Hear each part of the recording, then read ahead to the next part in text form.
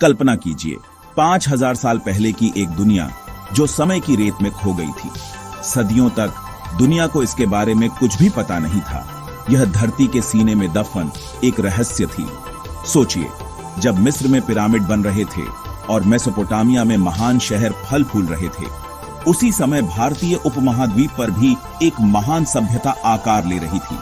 इसका विस्तार आज के भारत, पाकिस्तान और अफगानिस्तान तक था।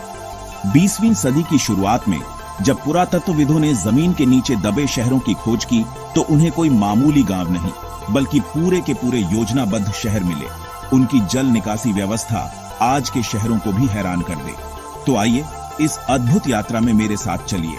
हम मिलकर सिंधु घाटी सभ्यता के रहस्यों से पर्दा उठाने की कोशिश करेंगे, उनकी गलियों में घूमेंगे, उनकी इंजीनियरिंग को समझेंगे और जानेंगे कि कैसे एक समाज बिना राजा या बड़ी सेना के इतने शांतिपूर्ण ढंग से रह सकता था। ये सिर्फ इतिहास का एक अध्याय नहीं, बल्कि मानव प्रतिभा, सहयोग और रहस्य की गाथा है।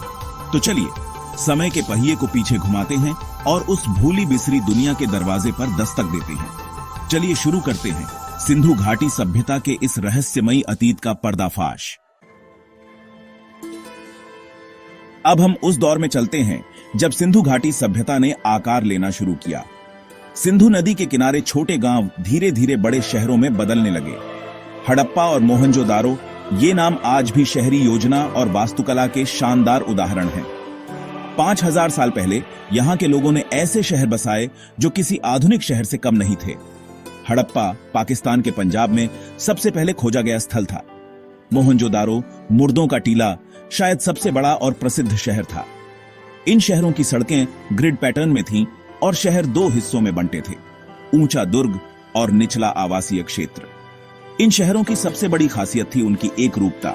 हर जगह एक जैसी ईंटें, बाट और मोहरें। यह दिखाता है कि पूरी सभ्यता एक केंद्रीय व्यवस्था के तहत चल रही थी, जो सहयोग और समझ पर आधारित थी। मानकीकरण का स्तर इतना था कि ईंटों का आकार तक निश्चित था। सिंधु नदी की उपजाऊ मिट्टी ने भरपूर अनाज दिया, जिससे लोग कारीगर, व्यापारी और योजनाकार बन सके। यही विशेषज्ञता इन महान शहरों की नींव थी। ये शहर सिर्फ रहने की जगह नहीं थे, बल्कि व्यापार, संस्कृति और नवीनता के केंद्र थे। सिंधु घाटी सभ्यता की सबसे बड़ी ताकत थी उनकी इंजीनियरिंग। उनकी जल निकासी प्रणाली यानी ड्रेनेज सिस्टम किसी चमत्कार से कम नहीं थी। हर घर में स्नानागार था और गंदा पानी ढकी हुई नालियों से मुख्य नाली में जाता था। सफाई के लिए मैनहोल भी बनाए गए थे। जब दुनिया के बड़े शहर गंदगी से जूझ रहे थे, सिंधु घाटी के लोग स्वच्छ और स्वस्थ जीवन जी रहे थे। मोहनजोदारो का महान स्नानागार इसका सबसे बड़ा उदाहरण है। एक विशाल पक्की ईंटों से बना तालाब। उनके घर भी वैज्ञानिक तरीके से बने थे। पक्की ईंटें, आंगन, 2 मंजिला घर और हर घर में अपना कुआं। दरवाजे गलियों में खुलते थे, जिससे धूल और शोर से बचाव होता था। यह सब दिखाता है कि वे सिर्फ ढांचा नहीं, बल्कि आराम, गोपनीयता और सुविधा को ध्यान में रखकर घर डिजाइन कर रहे थे। उनके पास गणित और ज्यामिति का गहरा ज्ञान था, जो हर संरचना में झलकता है। उनकी इंजीनियरिंग की विरासत हमें सिखाती है कि मानव मन अगर ठान ले तो किसी भी युग में चमत्कार कर सकता है। अब आते हैं सिंधु घाटी के सबसे बड़े रहस्य पर, सिंधु लिपि। आज तक कोई इसे पढ़ नहीं पाया है। हजारों मोहरें, मिट्टी के बर्तन और तांबे की पट्टियां मिली हैं, जिन पर 400 से 600 अलग अलग चिन्ह हैं। मछली, पक्षी, इंसान, ज्यामितीय आकृतियां। कुछ विद्वान मानते हैं कि यह लिपि दाएं से बाएं लिखी जाती थी, लेकिन यह सिर्फ अनुमान है। जब तक हम इसे पढ़ नहीं लेते, रहस्य बना रहेगा। सोचिए, अगर हम इस लिपि को पढ़ लें तो हमें उनके धर्म, साहित्य और समाज के बारे में कितना कुछ पता चल सकता है।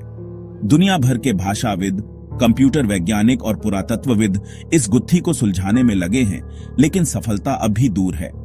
ये लिपि उन लाखों लोगों की खोई हुई आवाज है जो हजारों सालों से खामोश हैं। जब तक यह पहेली सुलझ नहीं जाती, सिंधु घाटी की कहानी अधूरी ही रहेगी। प्राचीन सभ्यताओं में अक्सर राजा, महल और युद्ध की कहानियां मिलती हैं, लेकिन सिंधु घाटी सभ्यता अलग थी। यहां न कोई भव्य महल, न मंदिर, न शाही कब्र। हजारों घरों की खुदाई में कोई ऐसा घर नहीं मिला जो बाकियों से बहुत बड़ा या आलीशान हो। कोई शाही कब्र भी नहीं मिली। इससे लगता है कि यह एक समतावादी समाज था, जहां सत्ता शायद किसी समिति या परिषद के हाथ में थी। सबसे हैरानी की बात, यहां युद्ध का कोई ठोस सबूत नहीं मिला।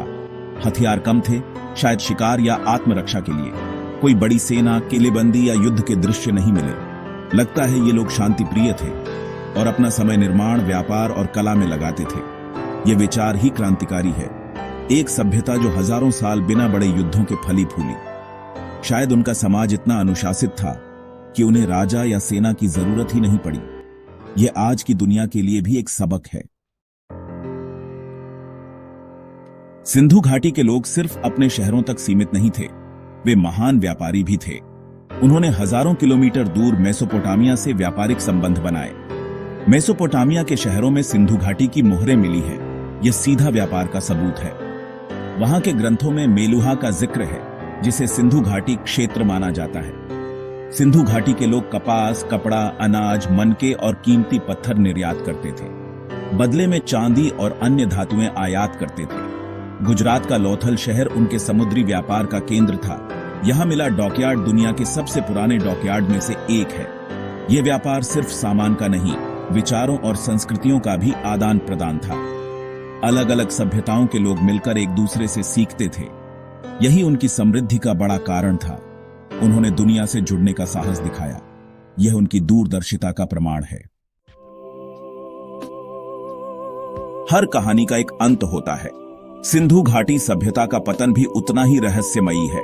लगभग 1900 ईसा पूर्व यह सभ्यता धीरे धीरे पतन की ओर बढ़ी। शहर खाली हुए, व्यापार कम हुआ, लेखन गायब हो गया। एक प्रमुख सिद्धांत है जलवायु परिवर्तन। मानसून का पैटर्न बदल गया, नदियां सूखने लगी, खेती मुश्किल हो गई। नदियों के मार्ग बदलने या बाढ़ से शहर तबाह हो सकते थे। मोहनजोदारो में बाढ़ के कई सबूत मिले हैं।